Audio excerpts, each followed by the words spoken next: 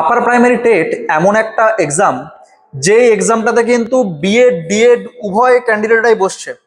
তো সেজন্য তোমাকে যেটা খেয়াল রাখতে হবে যে প্রস্তুতি সেই লেভেলের নেওয়া উচিত।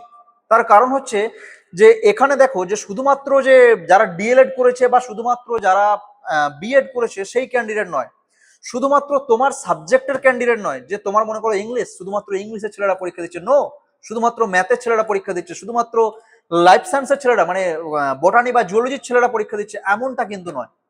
পরীক্ষা কারা দিচ্ছে? তোমার কম্পিটিশন কাদের সঙ্গে? না, তোমার যদি সাবজেক্ট হয় বাংলা, তোমার কিন্তু কম্পিটিশন হচ্ছে ম্যাথের সঙ্গে, ফিজিক্যাল সায়েন্স যার ব্যাকগ্রাউন্ড সংস্কৃত, যার ব্যাকগ্রাউন্ড ফিলোসফি, যার ব্যাকগ্রাউন্ড জিওগ্রাফি, যার ব্যাকগ্রাউন্ড হিস্ট্রি, তাদের সঙ্গে তোমার কম্পিটিশন হচ্ছে। আর পরীক্ষার প্রশ্নপত্রের লেভেলও কিন্তু সেই লেভেলের হবে।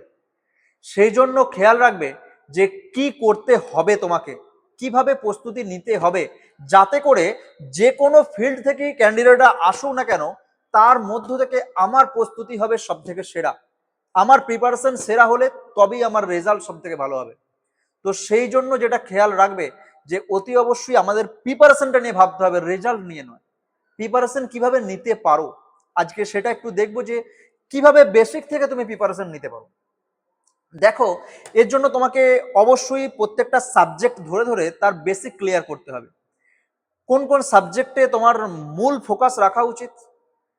অ্যাট ফার্স্ট কিছু কমন সাবজেক্ট আছে, যেটা তোমার বলো যে আর্টস সায়েন্স উভয়ের ক্ষেত্রেই যে সাবজেক্টগুলো কমন, যেমন সেটা বাংলা, ইংরেজি, সিডিপি, এই সাবজেক্টগুলো কিন্তু প্রত্যেকের ক্ষেত্রে প্রত্যেক ফিল্ডেরই কমন। সেই সাবজেক্টের নাম্বার তো একদম প্রত্যেকের আসা বাধ্যতামূলক বটেই, যথেষ্ট ভালো পরিমাণে। এই প্রসঙ্গে একটা জিনিস বলে রাখি যে শুধুমাত্র কিন্তু যে পাস মার্ক, সেই পাস মার্ক পেলে হবে না। তার কারণ হচ্ছে কাট অফ থাকবে আপার প্রাইমারিতে, সেই কাট অফ থাকবে, তাহলে তোমাকে মার্কসটা যথেষ্ট পরিমাণে বাড়িয়ে রাখতে হবে। যদি তুমি বাড়িয়ে রাখতে পারো তবেই কিন্তু যে একটা তুমি যথেষ্ট জায়গার র্যাঙ্কটাকে তুলে নিয়ে যেতে পারবে। এমন তো নয় যে ওই 6 থেকে 7 লাখ ছেলে পরীক্ষা দেবে বা আরো বেশি, আমি হয়তো একটু কম বললাম, 6-7 লাখ, হয়তো 10 লাখ ছেলেও পরীক্ষা দিতে পারে। তো সেই এত স্টুডেন্ট পরীক্ষা দেবে, তার মধ্য থেকে যে সিট, সেই সিটে তোমার নাম আসতে গেলে তোমাকে কিন্তু স্কোরটা অনেকটা বাড়িয়ে রাখতে হবে। এখন কিভাবে তুমি নিতে পারো প্রিপারেশন, এর জন্য দেখো যে অতি অবশ্যই সাবজেক্ট ধরে ধরে তুমি তো কোচিং করতেই পারো, উত্তরণে তুমি কোচিং করতেই পারো, এছাড়াও তুমি সেলফ স্টাডিও করতে পারো। তবে কোচিং করলে কি বেটার হয় না, কোচিং করলে যেই সাবজেক্টে তোমার সমস্যা আছে প্রত্যেকটা সাবজেক্টে তুমি ক্লাসগুলো করতে পারছো, সেই ক্লাসগুলোকে তুমি করতে পারছো, তার সঙ্গে সঙ্গে মক টেস্ট দিতে পারছো, তার সঙ্গে সঙ্গে তুমি পিওয়াইকিউ সলভ করতে পারছো। আর কোচিং করলে আর একটা যেটা হয় যে রিদিমটা বজায় থাকে। তবে এমন নয় কিন্তু যে সেলফ স্টাডি করে করা যাবে না, সেলফ স্টাডি করেও করা যাবে। আসলে পড়াটা গুরুত্বপূর্ণ, কিভাবে পড়ছো সেটা গুরুত্বপূর্ণ নয়, পড়াটা গুরুত্বপূর্ণ। সেই পরীক্ষায় পাশ করতে গেলে, পড়তে গেলে তোমার যেটা প্রয়োজন তুমি সেটা করো, ব্যাস। কি প্রয়োজন হতে পারে? মনে করো যে তুমি ইংলিশের স্টুডেন্ট বা তুমি জিওগ্রাফি স্টুডেন্ট, তাহলে দেখবে যে অন্যান্য সাবজেক্টগুলো বাংলা বলো, সিডিপি বলো, বা এনভায়রনমেন্টের ক্ষেত্রে হিস্ট্রি, জিওগ্রাফি, এগুলো সবাইকে পড়তে হচ্ছে। সেই সাবজেক্টগুলোতে তোমার কমেন্ট হবে কিভাবে? না, এর জন্য তুমি ক্লাস করছো, ক্লাস করার সঙ্গে সঙ্গে আমি তোমাদের যেটা বলবো, কিছু বেসিক বইকে পড়ো। কোন বই পড়তে পারো? আপার প্রাইমারি টেটের জন্য সব থেকে যেটা গুরুত্বপূর্ণ, যে কোনো পার্টিকুলার অথারের ধরে ধরে, যে হিস্ট্রির জন্য জীবন মুখোপাধ্যায়, জিওগ্রাফির জন্য কার্তিক চন্দ্র মন্ডল, এইভাবে পড়ার কোনো প্রয়োজন নেই। তাহলে তুমি কিভাবে পড়তে পারো? না, স্কুলের যে বইগুলো আছে, যে বইগুলো স্কুলের বাচ্চাদের পড়ানো হচ্ছে ক্লাস 8 পর্যন্ত প্রত্যেকটা সাবজেক্ট, সেই বইগুলোকে ভালো করে পড়ো।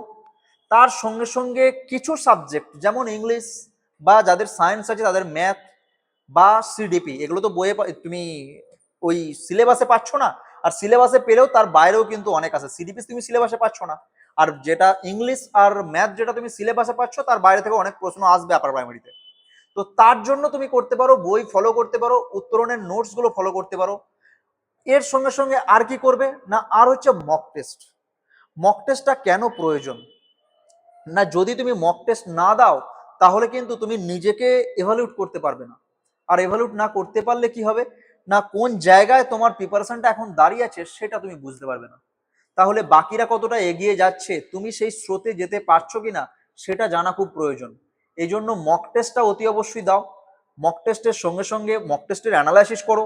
আর যেটা করবে যে P Y Q, previous year question. এবারে তুমি বলতেই পারো যে পরীক্ষা তো স্যার হয়েছিল লাস্ট 10 বছর আগে, বা কবে হয়েছিল কোনো খেয়াল নেই। সুতরাং জবে হয়েছিল লাস্ট 5 বছরের অন্তত প্রশ্ন আপার প্রাইমারি টেটের, সেটাকে তুমি নাও। এসএসসির যে লাস্ট 5 বছরের প্রশ্ন সেটাকে তুমি নাও, সেটাকে অতি অবশ্যই খেয়াল করো। কেন জানো তো, যিনি কোশ্চেন বানাবেন বা যারা কোশ্চেন বানাবেন তাদের সাইকোলজিটা একটু বুঝতে হবে। কিভাবে বুঝবে না, মনে করো এক্ষেত্রে তুমি ভাববে যে তোমাকে যদি একটা প্রশ্ন বানাতে দেওয়া হয় তুমি কিভাবে বানাবে। 10 বছর আগে হয়তো তুমি বানাওনি, এখন তুমি বানাচ্ছ, কিভাবে তুমি বানাবে না, তুমি বানাতে গেলে অতি অবশ্যই আগের প্রশ্ন একবার দেখবে। সিলেবাস তো দেখবেই, সিলেবাসের সঙ্গে সঙ্গে আগের প্রশ্ন নিশ্চয়ই দেখবে। তাহলে তুমি যখন আগের প্রশ্ন দেখতে চাইছো তখন ওনারাও নিশ্চয়ই দেখবেন, এটাই তো নর্মাল বিষয়। আর যখন সেই প্রশ্নটা দেখে একটা প্রশ্ন বানানো হবে আগের প্রশ্নের ছাপ কিন্তু এখানে থেকেই যাবে। সেই জন্য অতি অবশ্যই প্রিভিয়াস ইয়ার কোশ্চেনের উপর গুরুত্ব দাও। তাহলে কি 3টে পয়েন্ট আমরা শিখলাম, ক্লাস করছি, ক্লাস করার সঙ্গে সঙ্গে ওই যে বললাম যে